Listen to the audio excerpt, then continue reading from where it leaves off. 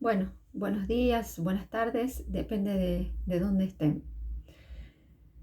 Hoy quería hablar un poquito sobre constelaciones esquizofrénicas. Algunas personas han visto la publicación. Es un curso que vamos a estar dando este próximo fin de semana, pero después se va a seguir facilitando, digamos, ¿no? Para entender sobre constelaciones esquizofrénicas tenemos que comprender que esto no tiene que ver con lo que conocemos como constelaciones de la línea de Bert Hellinger, no tiene que ver con esto, tampoco tiene que ver con lo que la psiquiatría llama esquizofrenia, con esta palabra, ¿no? Constelaciones esquizofrénicas es el nombre que le da el doctor Hammer, porque esto es un descubrimiento de este médico alemán. Yo les cuento un poquito la historia por si ustedes no la conocen. El doctor Hammer era un médico alemán. Él vive, digamos, la muerte de su hijo, Dirk Hammer, de una manera muy violenta porque le disparan y muere a los 4 meses atendido por el doctor Hammer. Al tiempo desencadena un cáncer de testículos él y su mujer también desencadena un cáncer. Esta situación, más allá del enorme sufrimiento que le trajo en la vida de este médico, le produce un despertar de mucha información. Él logra darse cuenta, descubrir, indagar, investigar muchísimo sobre el mecanismo de la enfermedad. Porque él se da cuenta que evidentemente los dos, él y su esposa, desencadenan un cáncer por el dolor tan inmenso de la pérdida de su hijo. A partir de ese momento, él empieza una investigación, supongamos, por dar un ejemplo, recibe 10 hombres que tuvieron problemas en los testículos o un cáncer, y resulta que todos estos hombres han tenido dificultades o problemáticas con los hijos, miedo sobre los hijos. Recibe 50 mujeres con un cáncer de mama derecha y resulta que todas estas mujeres habían tenido conflictos de separación, de pérdidas de la pareja, conflictos con los colaterales. Entonces, él logra darse cuenta de todo un mecanismo maravilloso e inteligente que tiene nuestro cerebro, donde podemos tomar conciencia de que la enfermedad nunca es una casualidad, que es un programa biológico y que ese programa biológico es para salvarnos la vida. Y ustedes dirán, ¿cómo puede ser que una enfermedad o un cáncer sea para salvarme la vida? Bien, hay que conocer bien este mecanismo y saber que existe lo que es un pico de estrés y que existe una reparación. Que nosotros vivimos un conflicto y es como abrir una herida o un corte que nos hacemos, y luego llega la cascarita, la reparación, un edema en muchos casos, y no se comprende este proceso, no se sabe acompañar este proceso. Muchas veces la medicina tal y como la conocemos se transforma en algo muy agresivo, donde no acompaña este proceso para que la enfermedad o la solución a lo que nos estaba enfermando termine su ciclo, porque la enfermedad no es lineal, la enfermedad es bifásica, tiene una fase de estrés y tiene una fase de lo que es vagotonía, de lo que es ese descanso, de lo que es esa reparación. Una mamá que tiene un niño internado grave, en esos momentos que está ese niño internado, la madre está en un pico de estrés enorme, se está enfermando, pero si le hacen estudios no hay enfermedad. Pero resulta que cuando el niño ya está en casa y el niño ya está sano, la madre cae enferma, porque esa es la fase de reparación. Entonces nosotros debemos aprender a acompañar la fase de reparación y no ser agresivos en esos procesos para que realmente se dé la reparación, que es un mecanismo biológico, natural, de miles de años, y al acompañarlo es cuando termina ese proceso sin consecuencias de muertes y de cosas tremendamente fuertes que se viven hoy en día. Entonces, este médico habla de lo que es un shock. La enfermedad la enfermedad como un cáncer se produce cuando nosotros tenemos un shock, un impacto muy fuerte a nivel cerebral. Ese impacto es como un disparo electromagnético en nuestro cerebro, es un disparo electromagnético en el cerebro, y ese disparo electromagnético que es como decir, nosotros no tenemos el salvavidas o el disyuntor en la casa y viene un golpe de corriente y quema todo. Para que no suceda eso, está ese salvavidas, está el disyuntor. Bien, nuestro mecanismo biológico de miles de años ante un episodio de estrés tiene ese mecanismo de salvarnos la vida. ¿Cómo es ese mecanismo? Llega el impacto electromagnético y se genera lo que es un foco. Se lo llamó esto el foco de Hammer, que el doctor Hammer fue muy burlado por esto, el foquito de Hammer, decían. Él logra comprobar esto, logra demostrar esto. Incluso en las TAC cerebrales se ve la diana, se ve el círculo, se ve el foco, ¿no? Que ya está avisando de una enfermedad. Ese disparo electromagnético se genera y da la orden nuestro sistema biológico cuando nosotros ya no podemos lidiar con el estrés que tenemos. Porque hay tipos de estrés con los que nosotros podemos lidiar y otros no.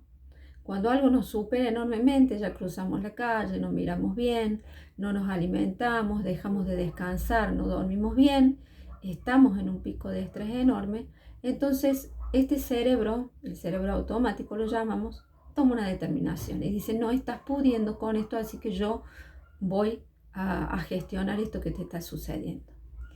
Entonces, lo que hace es producir ese impacto, ese foco de Hammer, y el foco de Hammer no se genera en cualquier lugar de nuestro cerebro, se genera en un área que tiene que ver con todo lo que es las capas embrionarias, el funcionamiento cerebral, y que corresponde al tipo de conflicto que nosotros hemos tenido. Por eso hoy podemos ver una mujer con un cáncer de mama derecha, y si la mujer es diestra sabemos que hubo un conflicto con la pareja, con un colateral, y si la mujer es diestra y el problema en la mama es mama izquierda, sabemos que es alguna conflictiva con los hijos o con lo que ella considera un hijo, que puede ser hasta un perrito, hasta su empresa, hasta su proyecto. Entonces, cada situación en nuestro cuerpo hoy se la puede leer con una exactitud enorme por toda esta información que nos deja el doctor Hammer. Entonces, cuando se produce este estrés, se produce un foco de Hammer. Ese foco de Hammer genera una huella en nuestro cerebro y va a estar ahí. Cuando la persona medianamente soluciona el conflicto, baja los niveles de estrés, es cuando se enferma, cuando baja la biología, porque comienza la reparación de esto, que se le puede decir daño, pero en realidad no es un daño, ¿no es cierto?, de este foco de Hammer. Entonces, cuando baja esa enfermedad al cuerpo, cuando se manifiesta en el cuerpo, en realidad es la solución a la enfermedad que estuvo antes, no es la enfermedad. Pero acá tenemos que sacarnos toda la información que nosotros tenemos con respecto a lo que es la enfermedad y a lo que hemos escuchado por siglos y siglos con respecto a la enfermedad. En el caso de las constelaciones esquizofrénicas, de las constelaciones que nos habla el doctor Hammer, allí se generan dos focos, dos impactos, dos estrés muy fuertes, dos traumas en la persona. Y entonces entra en lo que es un estado de paranoia, un estado que puede ser también psicosis maníaco-depresiva, en una depresión, en un estado de pánico. Hay muchos nombres de enfermedades psiquiátricas o psicológicas como nosotros las conocemos. Ahora, la pregunta que muchas veces nos hacemos es por qué ante determinados estrés nuestro cerebro toma la decisión de biologizarlo, de manifestarlo en el cuerpo como una enfermedad, o toma la decisión de llevarlo a una cuestión psíquica. Ese es el funcionamiento, esa es la decisión. O lo voy a biologizar o lo voy a llevar a la psiquis.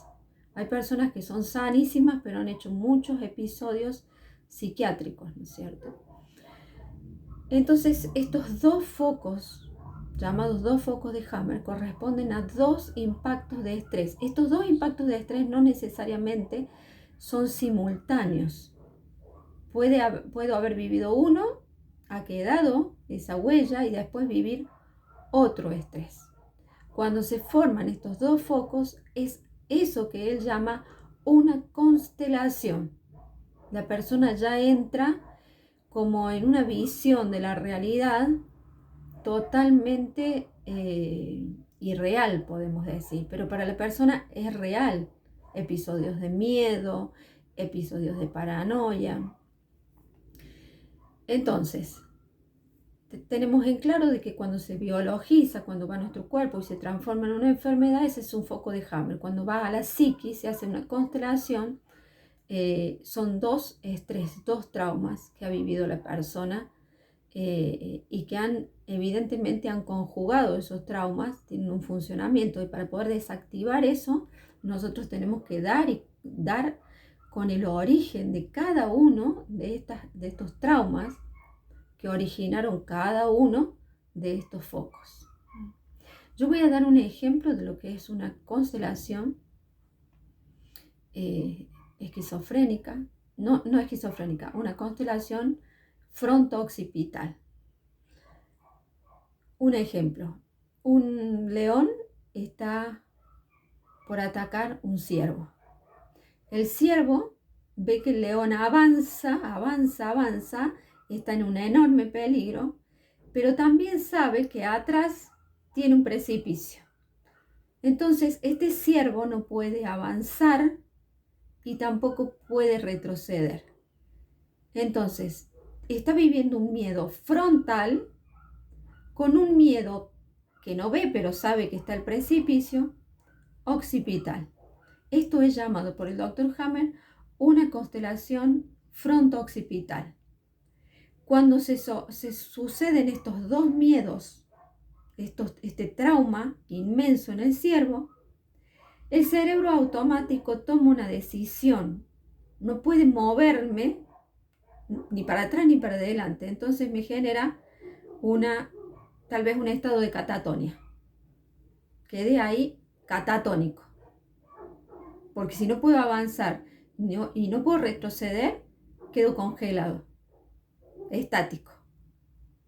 Una persona que en un asalto vive una situación así porque tiene un arma en el cerebro y sabe que atrás tiene otro ladrón o que no puede huir porque está encerrado en un baño, en un lugar determinado y no puedo avanzar y no puedo retroceder, esta persona después, cuando todo esto pase, si zafa de esta situación, un día va caminando por la calle y se le viene alguien encima y siente el peligro. Vuelve a activarse eso. Y al volver a activarse puede disparar ya también una situación a nivel biológica. Está esta cuestión psíquica, pero también es como que una problemática trae otra, ¿no? Por el estrés que se está viviendo. Entonces, cuando vamos a esta constelación fronto-occipital, nos damos cuenta de lo que significa un peligro de frente y un peligro atrás. ¿Sí? Este es otro ejemplo. Una persona, una consultante que yo atendí hace varios años, una chica jovencita de unos 23 años, ella venía porque ella no pudo terminar su carrera de nutricionista. Me decía, rendí muchas veces y la última vez que rendí me di por vencida porque me descomponía, me desmayaba, incluso en ese tiempo perdí el olfato. Obviamente, si me decía a mí que estaba estudiando nutrición y esto se había dado cuando estaba finalizando su carrera, y aparte tenía el detalle de que se presentó 9 meses a rendir y la 9ª vez se da por vencida, y todo lo que es alimentación corresponde a una relación materna, yo sabía que tenía que ir a la relación materna y a su gestación y nacimiento. Cuando fuimos en un trabajo de hipnosis a su gestación y a su nacimiento, su gestación había sido en armonía, mamá había estado bien, ella había estado bien. Pero cuando van a nacer se produce una problemática y queda atascada en el canal de parto, y acá estamos con esto de la constelación. No puedo avanzar, no puedo retroceder, porque estaba con un cordón enredado. No puedo avanzar si no me ahorco, tampoco puedo retroceder, pero me estoy asfixiando. Es ahí cuando el cerebro da la orden en ese parto, en ese nacimiento, de cerrar todo para no tragar todo ese líquido, porque incluso ella traga lo que es ese meconio, ¿no es cierto? Esto que se transforma en una solución para su supervivencia. ¿Cuál es la solución para la supervivencia? Cerrar las fosas, cerrar para no tragar eso y ver cómo me las arreglo para nacer. Ella nace. Fue difícil esa hipnosis para ella porque revive el estrés de su nacimiento, ¿no es cierto? Pudimos hacer esa sanación de ese trauma. Entonces vemos el paralelo de cuando ella va a rendir ya la última materia para recibirse, cómo el cerebro intenta dar las mismas soluciones ahí donde pierde el olfato. Representa, ya culmino la carrera, ya me recibo, es en el nacimiento que voy a nacer, o sea que voy al parto y ya culmino esa etapa. Entonces cada vez que una etapa termina y que a la vez es un comenzar de otra manera, la persona se bloquea, genera un bloqueo. De aquí es de donde vienen muchos, desde la mirada esta de la biodecodificación, ¿no es cierto? Gilles de Tourette. Hay un movimiento del Gilles de Tourette que es el cuello, que es el intento de sacarme el cordón del cuello, porque hay trauma en el nacimiento. Entonces muchas personas que han vivido asaltos, que han vivido situaciones muy fuertes, yo digo, es como si quedara la máquina pegada, así como se nos pega la computadora y el celular y no podemos salir de determinados programas. Nosotros en un funcionamiento nos parecemos mucho. Cuando hemos vivido un trauma quedamos pegados ahí. Y hay personas que intentan levantarse de una situación de dolor enorme y no pueden porque quedaron pegados en esa situación. Porque significó un trauma, significó un estrés gigantesco. Entonces, ¿cómo destrabamos eso en este sistema, no es cierto? Porque entonces si yo fui asaltada cuando salí de mi casa, de pronto un día sin darme cuenta ya no quiero salir a la calle. Empiezo a no tener ganas de salir. Y en realidad no me estoy dando cuenta de que fue a partir de aquel asalto, porque cada vez que yo atravieso la puerta de casa, mi cerebro me dice acá hay peligro, acá hay peligro, acá hay peligro, y trata de resguardarme de ese peligro. De estas son muchas las situaciones que nosotros hemos vivido y que nos ponen en ciertas situaciones donde quedamos pegados, digo yo, ¿no? Como las computadoras, donde necesitamos resetearnos nuevamente para poder volver a avanzar. También quiero aclarar de que por qué un Gilles de Tourette aparece, qué sé yo, a los 20, 30 años, se dispara, o cuando un niño es chiquito, pero eso no estaba antes.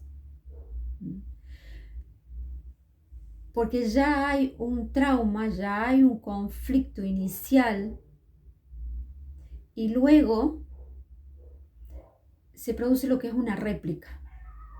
Ante un estrés similar, mi cerebro dice, ¿cuándo fue la primera vez que yo viví algo similar y qué situación me salvó la vida?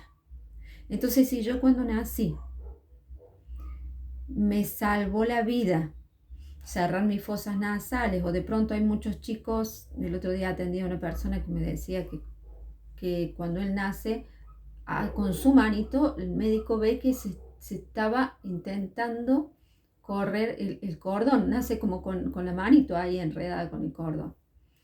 Esto es un movimiento que le salva la vida, Entonces, cuando vivo una situación totalmente estresante, el cerebro va a mandar la misma orden de lo que le salvó la vida en aquella oportunidad. Entonces, no todo se va a manifestar en el cuerpo en el momento, se va a manifestar en otra situación de estrés. Las enfermedades de Parkinson, las esclerosis laterales, las múltiples, las esclerosis también disparan en determinado momento por un trauma que es el recuerdo de algo que ya sucedió anteriormente. Nuestro cerebro tiene este funcionamiento, hace el recuerdo como el historial de la computadora. Busco algo y me aparece información de todo eso. Esto lo vemos continuamente en los celulares, ¿no? Nuestro sistema es muy similar. Entonces, aquello que en determinado momento me salvó la vida, si vuelvo a vivir una situación de estrés, mi cerebro me va a mandar la orden de volver a ejecutar ese acto.